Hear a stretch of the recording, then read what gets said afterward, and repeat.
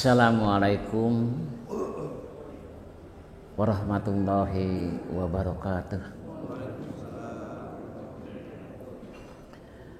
A'udzu billahi minasy syaithanir rajim. Bismillahirrahmanirrahim. Alhamdulillahirabbil alamin. Wa bihi nasta'in ala umurid dunya waddin. Wassalatu wassalamu ala asrafil anbiya wal mursalin wa ala alihi wa sahbihi ajmain. Amma ba'du. Mukarramun, para alim ulama, para sesepuh, wabil khusus Bapak Ketua DKM, Wakil Ketua, Sekretaris, dan seluruh pengurus, Pak Dr. Irwan Rauf, sesepuh kita, juga Pak Udin Syamsuddin, Pak Arjuna, dan Pak Rustandi, sesepuh kita, Pak Haji Ius dan Haji Yudis yang selalu setia menjemput saya, ibu-ibu yang juga sama-sama hadir. Alhamdulillah, pagi ini kembali kita bisa berkumpul bersama-sama pada pengajian rutin kita setiap hari Sabtu. Sabtu yang pertama pagi ini, dan alhamdulillah kita sudah masuk ke bulan Sya'ban. Sudah kita tinggalkan bulan Rajab.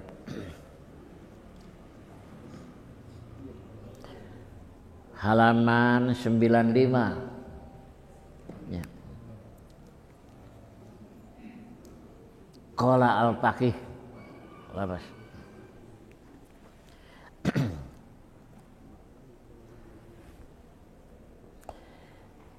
Bismillahirrahmanirrahim. Qala al-Faqih radhiyallahu anhu. Berkata al-Faqih radhiyallahu an. Al-Faqih di sini maksudnya Imam Lais Samarqandi. Makna kaulin Nabi, arti dari sabda Nabi, al-mukassiruna humul asfalun, itu sudah dibaca pada minggu yang lalu, 2 minggu yang lalu. Orang yang main banyak-banyakan, yang mengumpul-ngumpul harta, humul asfalun, mereka nanti di akhirat, kalaupun di surga, mereka semuanya di bawah. Yakni idza kana ghani, apabila orang itu kaya banyak hartanya, min ahlil jannah, bahwa asfal, maka dia nanti berada di bawah. Darajatan minal fakir, derajatnya dibanding dengan orang-orang fakir. Oleh karena itu bapak-bapak yang kaya nih, siapa saja, kalau yang kaya nanti di akhirat, di surganya, derajat dan kedudukannya di bawah orang-orang fakir. Ketika Nabi Isra Mi'raj dan Nabi dibawa untuk mendapatkan visualisasi surga, maka Nabi mendapatkan ahli surga itu kebanyakan orang fakir. Ada orang kaya cuman derajatnya di bawah orang fakir.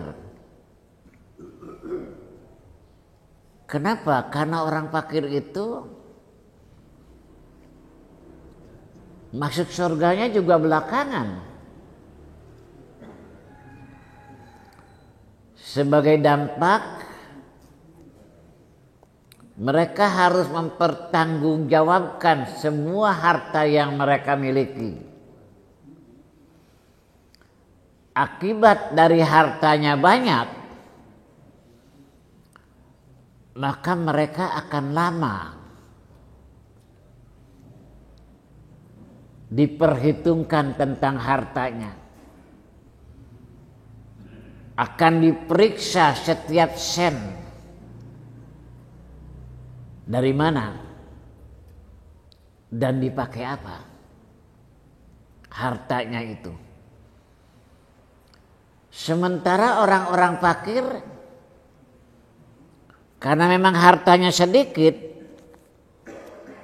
maka mereka tidak akan lama diperiksa. Karena nggak banyak harta yang harus dia pertanggungjawabkan.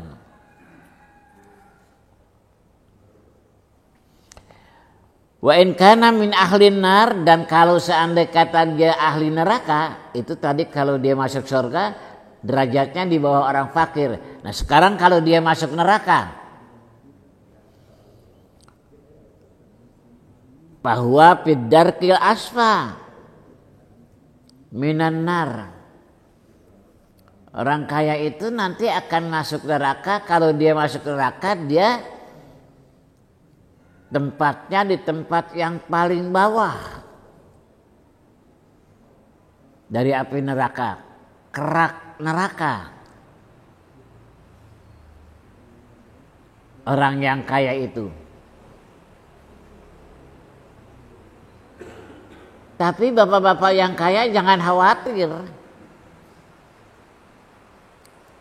Jangan sudah putus asa dan kecewa sekarang, jangan. Bisa jadi bapak sekalipun kaya nggak paling rendah, nggak paling bawah di surganya. Dan di neraka juga tidak akan paling bawah. Kalau illa man qala, kecuali kalau orang kaya itu berkata bil mal, tentang hartanya,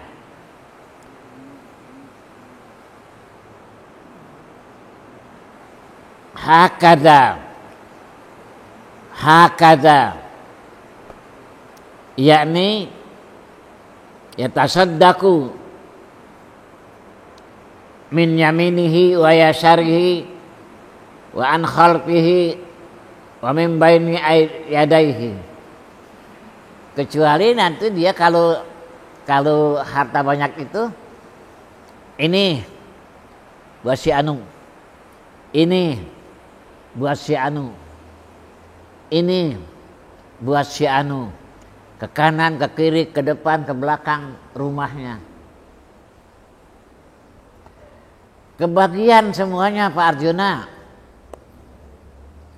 Kebagian tetangga itu kenikmatan yang dia miliki. Apalagi nanti bulan puasa nih. Kalau orang kaya masaknya kan suka enak-enak. Karena uangnya banyak untuk memberi bahan masakan. Dia beli daging, dia beli ikan, dia beli sayuran, dimasaklah. Ketika dia banyak mempunyai masakan, maka dia perintahkan pada istrinya, bagi si anu, bagi si anu, bagi si anu, anterin tuh si anu. Dia bagikan. Sampai karena orang miskin yang menerima,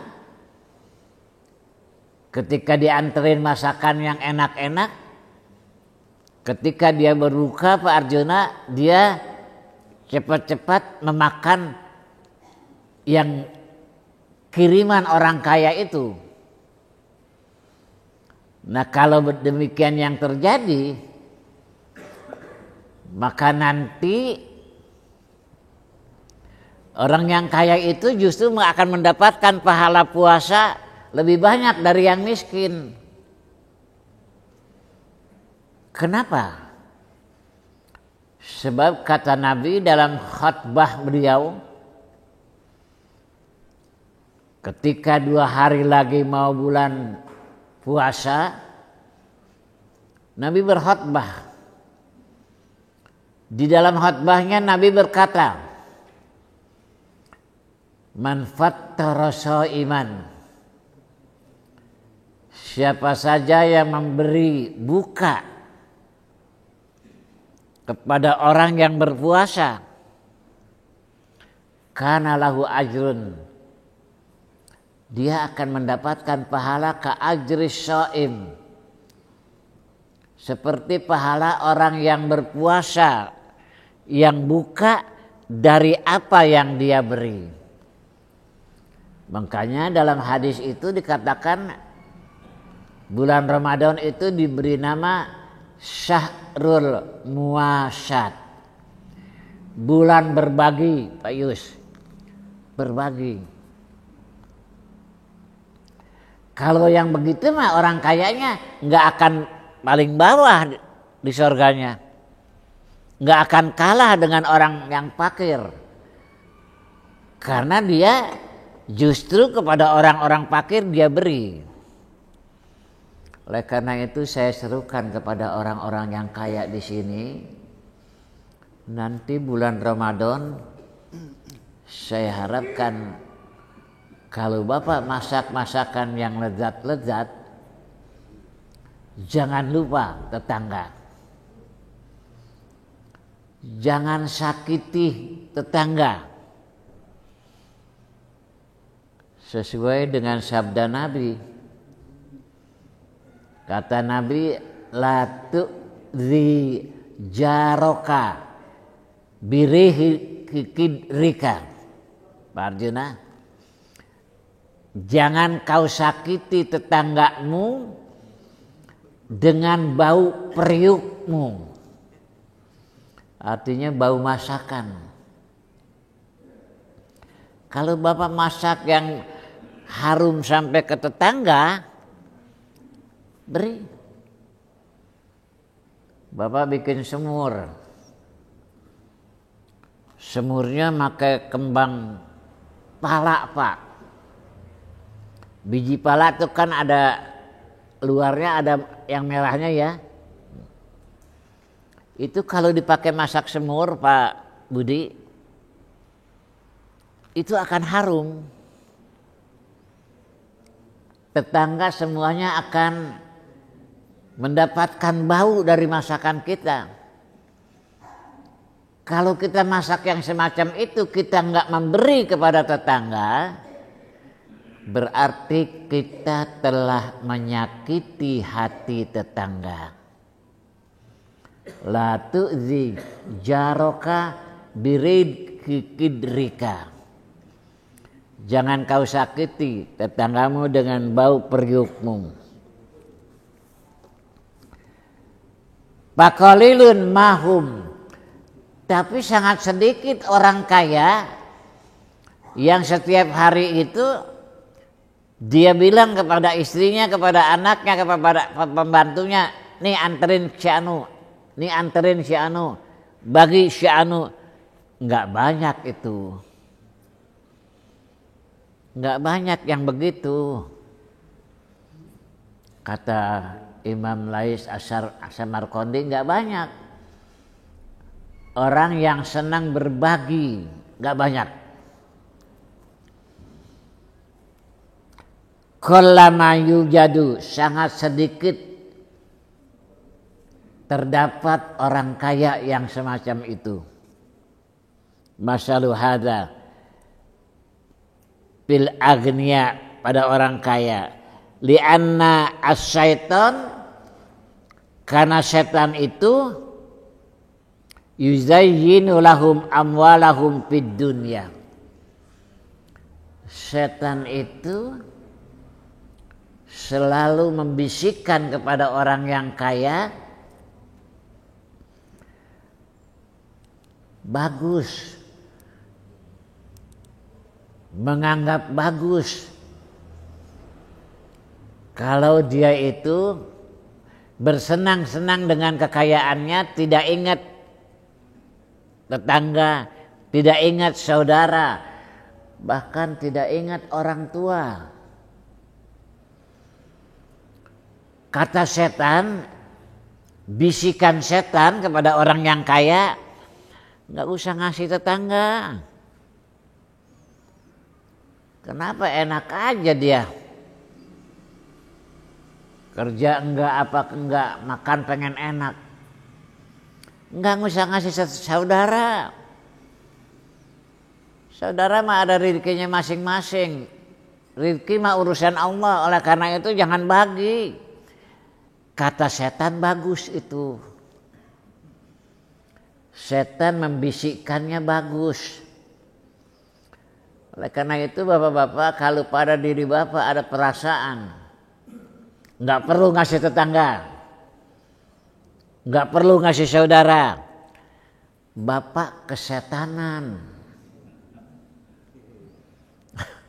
Bahasa bapak keasupan setan, Pak Arjuna. Kalau Pak Arjuna punya pikiran begitu, maka Pak Arjuna orang yang kemasukan setan. Kudu diruqyah supaya diusir tuh setannya. Pernah nggak Pak Arjuna punya pikiran begitu? Sampai ketika tetangga mau nganterin tetangga, jangan banyak-banyak. Nggak usah, nanti itu buat sahur. Itu berarti Pak Arjuna kesetanan. Kemasukan setan. Na'udzubillah. Na'udzubillah Pak Arjuna. Tapi saya yakin Pak Arjuna nggak begitu. Ini mah hanya contoh aja Pak.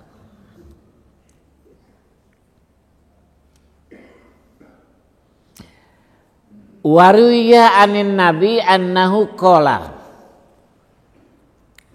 Diriwayatkan dari nabi, ini berarti hadis nabi Pak. Nabi bersabda, inna syaitan yakulu. Sesungguhnya setan telah berkata. Apa kata setan? Enggak kedengeran Pak. Omongan setan ini enggak kedengaran. Tapi Nabi tahu setan itu berkata. Apa kata setan?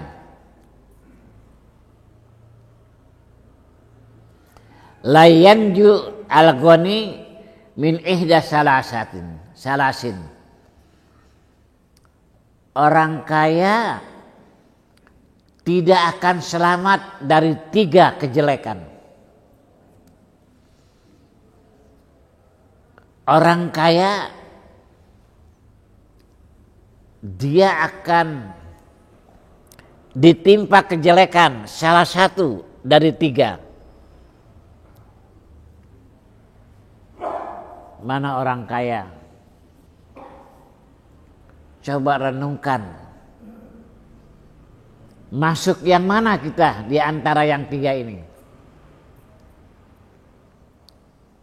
Kalau kita masuk salah satu di antara yang 3 ini, berarti kita sudah menjadi wali setan. Menjadi pengikut setan yang setia. Apa? Yang pertama, yang kaya tidak akan selamat dari imma an uzayyinuhu ainuhu,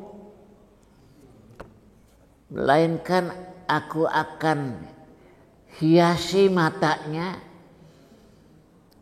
aku akan buat orang kaya itu matanya memandang bahwasanya kekayaan itu kan hak kita. Mau bagaimanapun juga bagaimana kita.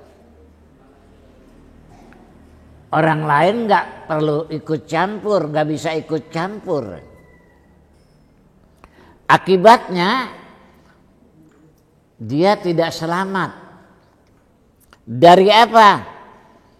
Fayamna'uhu min haqqihi. Dia karena sifatnya yang memandang kekayaan itu milik dia semuanya, dia tidak mau mengeluarkan hak si harta. Gak mau memperhatikan bahwa pada harta yang dia miliki itu ada hak orang lain. Yang dalam istilah Al-Quran hakun maklumun lisaili wal mahrum. Begitu kan Pak Ustadz? Pada harta kita itu ada hak orang yang meminta, Pak. Tapi bisa jadi nanti orang kaya itu memandang nggak usah dikasih, enak aja. Dia menganggap bagus itu nggak ngasih, medit itu bagus, sehingga dia tidak mau memberikan hak orang lain yang ada pada dirinya. Saudaranya susah, dia hartanya berlimpah, dia tidak mau memberi pada saudaranya. Karena dia bilang dia nggak minta kok kepada saya.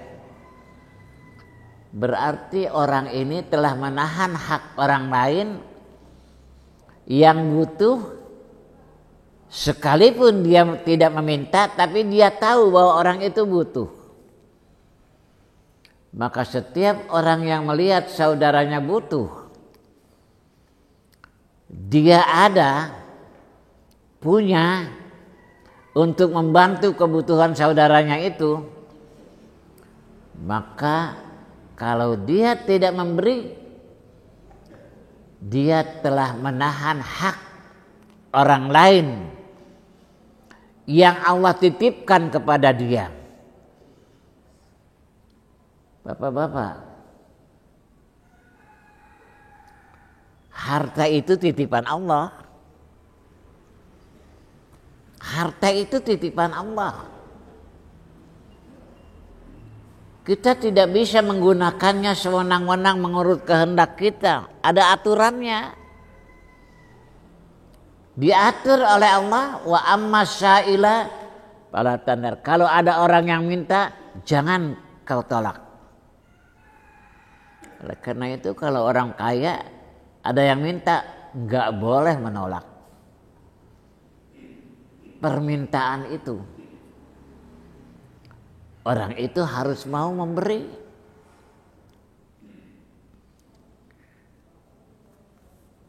Dalam kitab ini dulu pernah kita baca, ada seorang yang bernama Al-Mubarak. Dia ngumpulkan uang untuk pergi ke Mekah.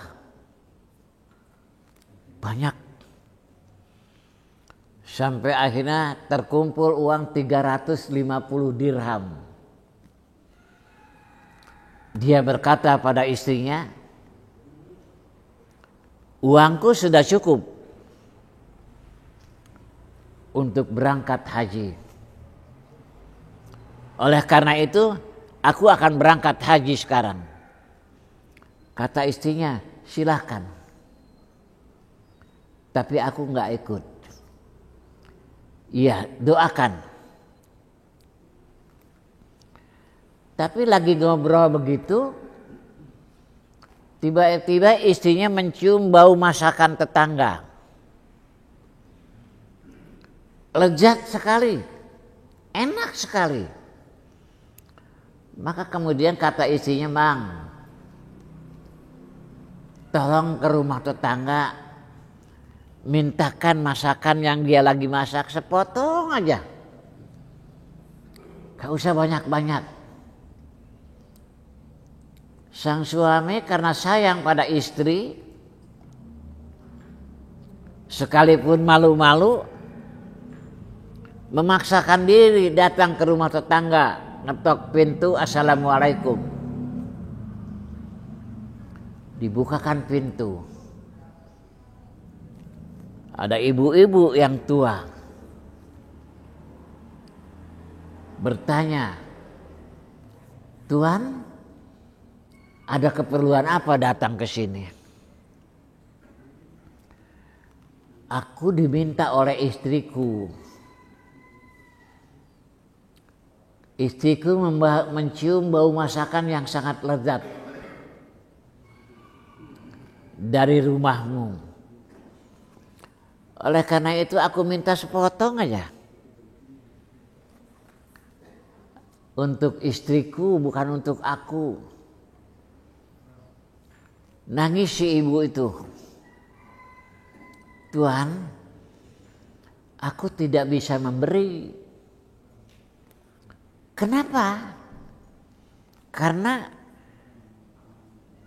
masakan yang aku masak halal buat aku, tapi haram buat Tuan dan istri Tuan." "Kenapa begitu?" "Karena kami sudah 3 hari nggak makan. Lalu aku pergi keluar mencari makanan. Aku dapati ada keledai mati. Dan ketika aku pegang masih segar. Aku kuliti dan aku ambil dagingnya. Aku masak. Nah, daging bangkai itulah yang aku masak. Karena aku sudah 3 hari nggak makan, buat aku halal. Tapi buat Tuhan yang uang banyak, harta banyak, nggak boleh makan ini." Kaget Al-Mubarak. Luar biasa kagetnya dia. Dia berkata, "Aku hidup senang. Sekarang malah aku akan pergi haji. Gak ada artinya hajiku. Karena tetanggaku kelaparan." Segera dia pulang. Dia panggil istrinya. Dia ceritakan apa yang dia terima dari pemilik rumah tetangga. Istrinya kaget. Kata Mubarak, "Wahai istriku, aku membatalkan untuk pergi haji tahun ini. Mudah-mudahan tahun depan baru berangkat." "Kenapa?" "Uang ini yang 350 dirham akan aku berikan kepada tetanggaku yang miskin." Kata istrinya, "Silakan." Keluar, diketuk lagi pintu rumah itu. Dia katakan, "Ibu, aku punya uang 350 dirham yang aku persiapkan untuk haji. Tapi menjadi tidak wajib buat aku haji karena tetanggaku lapar. Oleh karena itu terimalah uang ini. Gunakan oleh kamu untuk membeli makanan. Beri makan anak-anakmu. Kalau uang ini habis, nanti kamu boleh datang kepada aku minta bantuan. Kaget si ibu itu menangis, dia terima uang itu. Mubarak pulang. Diam di rumah dia. Nggak keluar-luar. Karena dia malu pada tetangga. Yang sudah sibuk, sudah ramai mau pergi haji, tapi ternyata nggak jadi hajinya. Sampai orang-orang yang dari pergi haji, tetangga yang lain pulang haji, datang, dia tetap diam di rumah. Sampai ada orang-orang yang berdatangan ke rumahnya, mengucapkan selamat, karena baru pulang haji. Dia bilang, tidak, aku nggak jadi. Pergi hajinya aku nggak jadi. Ada seseorang yang kebetulan tahun itu dia berangkat haji. Dia berkata, bohong dia. Aku bertemu dengan dia di Masjidil Haram. Ketika aku sholat, dia ada sholat. Hanya memang aku tidak menemui. Aku bertemu dengan dia di Masjidil Haram sholat. Kata dia, tidak, bukan aku. Tapi ternyata itu dia adalah malaikat yang Allah utus untuk mewakili Mubarak untuk melaksanakan ibadah haji. Dia berwujud seperti Mubarak, sehingga orang yang ketemu dengan dia semuanya mengatakan Mubarak pergi haji. Karena bertemu di Mekah. Ternyata Mubarak ini penyebab semua yang haji tahun itu sebetulnya tidak ada satupun yang mabrur. Tidak ada satupun yang mabrur. Tapi karena pahala haji Mubarak memberi imbas, semua yang haji tahun itu mabrur. Itulah kehebatan sedekah memberi pada fakir miskin. Tapi buat orang yang tergoda oleh setan, nggak akan mau itu mengeluarkan, nggak akan selamat. Itu yang pertama. Jadi manusia tidak akan selamat yang kaya itu dari godaan setan, yaitu menganggap bahwa hartanya semuanya milik dia dan dia tidak perlu memberi kepada orang lain. Yang kedua, kepada orang kaya itu akan digoda oleh setan dengan cara, kata setan ini, an usahhilahu alaihi sabilahu. Aku mudahkan buat dia untuk mendapatkan harta. Gampang kacida menang duit nak. Susah. Sehari bisa ratusan juta. Sebulan dia bisa mendapatkan miliaran. Bukan 100.000, 200.000. Tapi miliaran, dimudahkan oleh setan, dibantu oleh setan. Tapi bayan fa'uhu fi ghairi haqqihi. Dengan kemudahan yang Allah berikan kepadanya, digoda dia untuk menggunakan kekayaan itu tidak sesuai dengan apa yang diatur oleh Allah. Dia kikir, dia medit, Dia tidak ingat orang tua. Dia tidak ingat saudara. Dia tidak ingat tetangga. Ditimbun hartanya. Di rumah berangkasnya gede. Penuh. Pan kemarin ada berita. Saya nggak sebut nama Pak ya. Nggak sebut nama. Ada seorang jaksa yang terungkap bahwa dia itu korupsi. Dan ketika digeledah rumahnya, itu uang di rumahnya selemari penuh. Dan jumlahnya bukan 1 miliar 2 miliar, tapi puluhan miliar. Banyak sekali. Dan jaksa itu sekarang sedang dalam proses.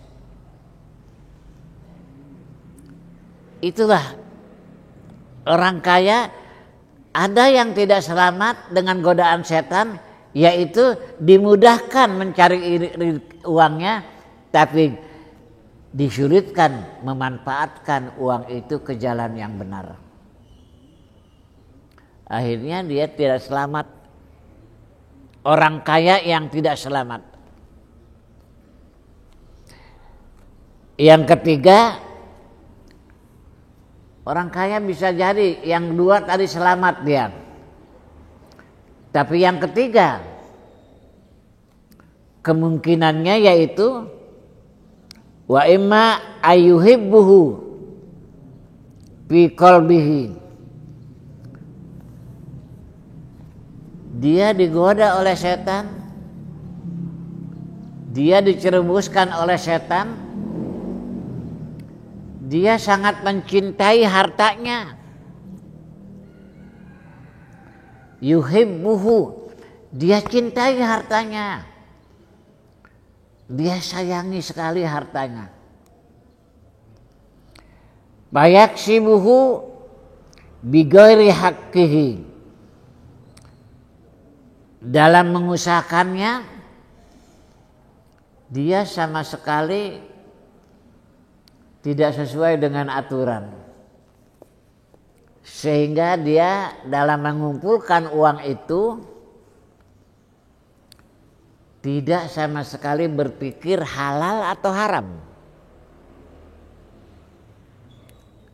tapi pada hatinya yang ada, yang penting aku dapat, yang penting aku punya, yang penting aku kaya. Masa bodoh, halal atau haram gak penting buat aku.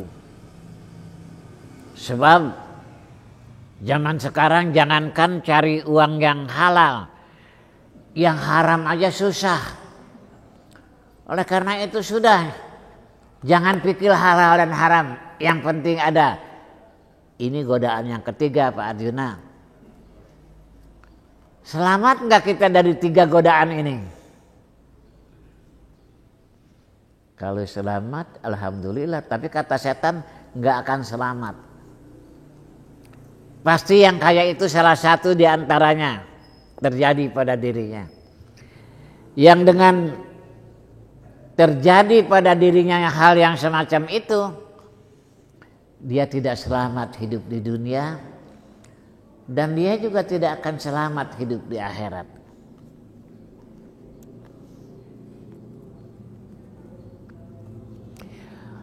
Waruya an Abi Darda radhiyallahu taala anhu annahu qala, bahasanya dia berkata,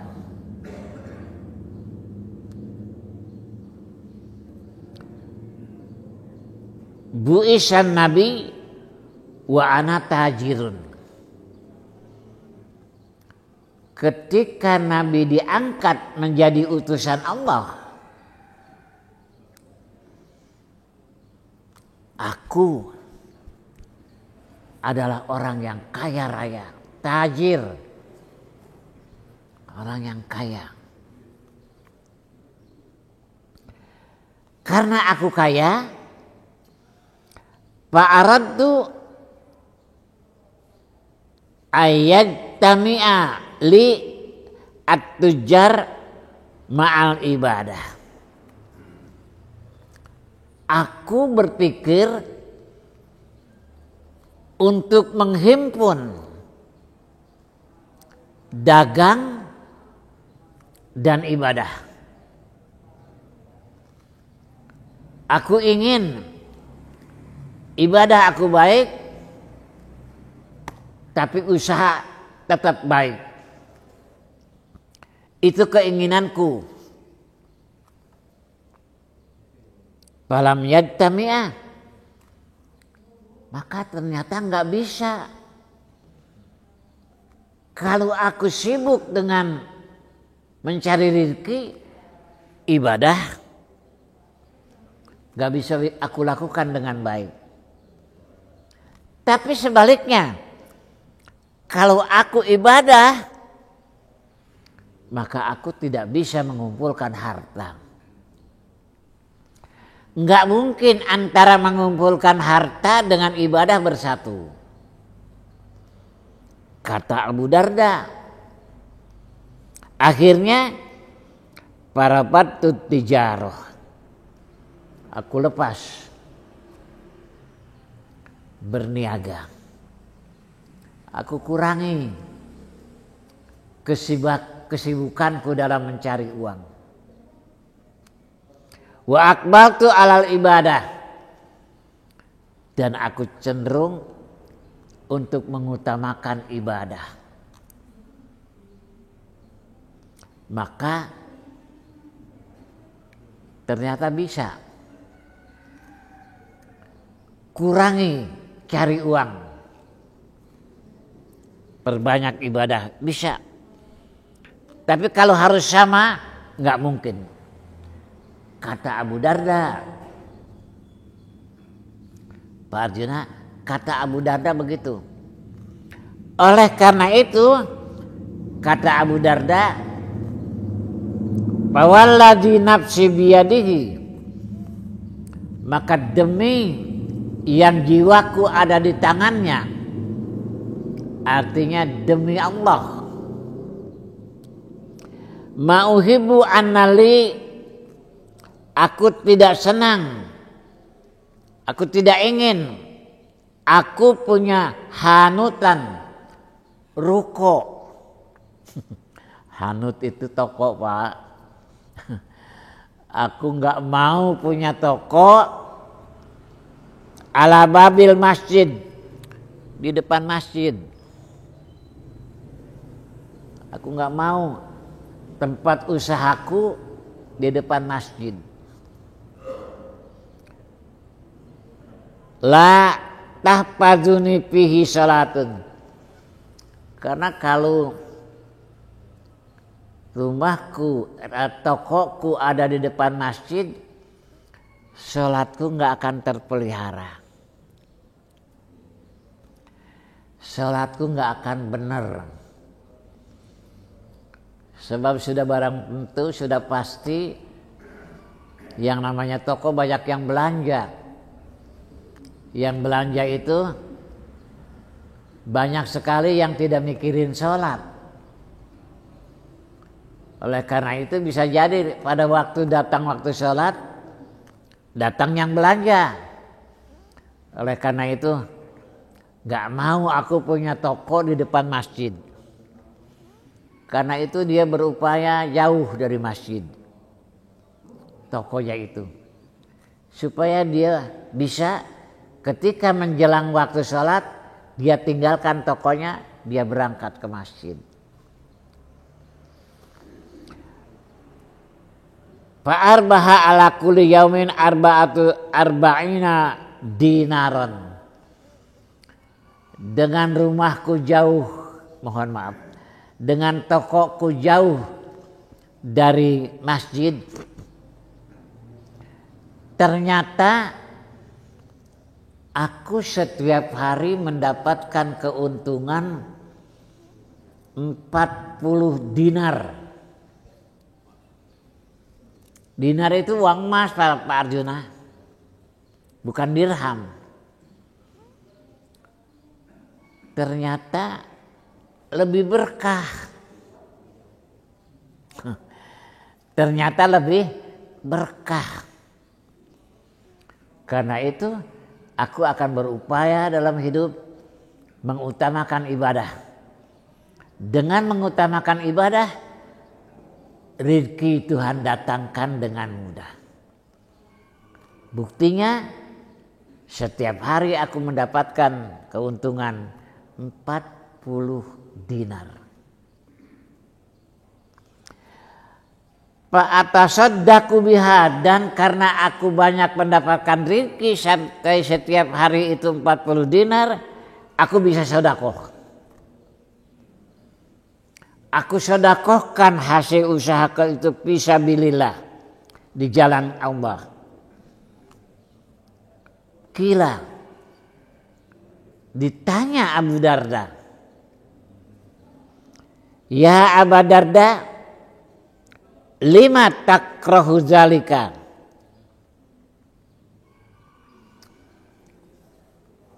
Kenapa kamu tidak senang tokomu di depan masjid? Dan kenapa kamu tidak senang menumpuk-numpuk harta? Kamu bagi-bagikan harta itu, hasil keuntungan itu. Kenapa? Kunaon? Simpen we di bank. Meren kalau sekarang simpen aja di bank, Pak Arjuna. Gak ada yang tahu. Apa kata Abu Darda? Qala lisu'il hisab. Kalau aku timbun, kalau aku simpan dan tidak aku sedekahkan, tidak aku bagi-bagikan, hasil aku yang setiap hari itu 40 dinar, maka aku nanti akan mendapatkan su'ul hisab, jelek pada waktu dihisab. Pada waktu dihisab nanti aku akan susah mempertanggungjawabkan segala kekayaan yang aku miliki. Habis waktunya ya? Habis. Sampai di situ saja Pak. Nanti kita sambung kembali. Insya Allah kita bisa panjang umur sampai ke minggu yang akan datang. Untuk hari ini sekian, kita tutup dengan doa dan kita awali doa kita dengan membaca Fatihah. Al-Fatihah.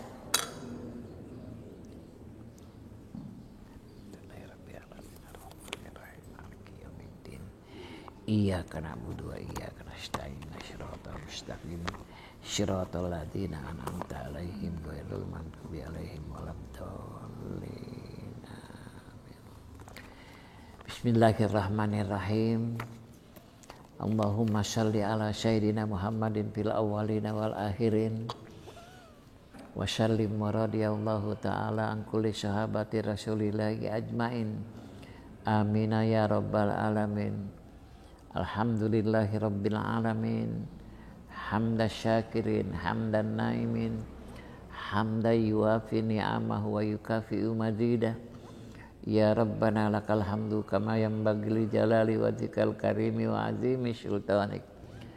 Allahumma ja'al jam'ana hadza jam'an marhuma wa tafarruqana min ba'dihi tafarruqan ma'suma. Allahumma zidna ilman nafi'a wa rizqan wasi'an halalan thayyiba. Allahumma ja'alna min ibadika syakirin wa ja'alna min ibadika sabirin wa ja'alna min ibadika radina bi qadaika wa qadarika wa ja'alna min ibadikal mukhlisina fil ibadah. Allahumma barik lana fil maut wa barik lana fi ma ba'dal maut. Allahumma hawwin alaina fi syakaratil maut wan najata minan nar wal afwa indal hisab. Rabbana taqabbal minna fa innaka antas syami'ul alim wa tub alaina fa innaka antat tawwabur rahim. Rabbana atina fid dunya hasanah wa fil akhirati hasanah wa qina adzabannar. Subhana rabbika rabbil izzati amma yasifun wa salamun alal mursalin walhamdulillahi rabbil alamin. Assalamualaikum warahmatullahi wabarakatuh.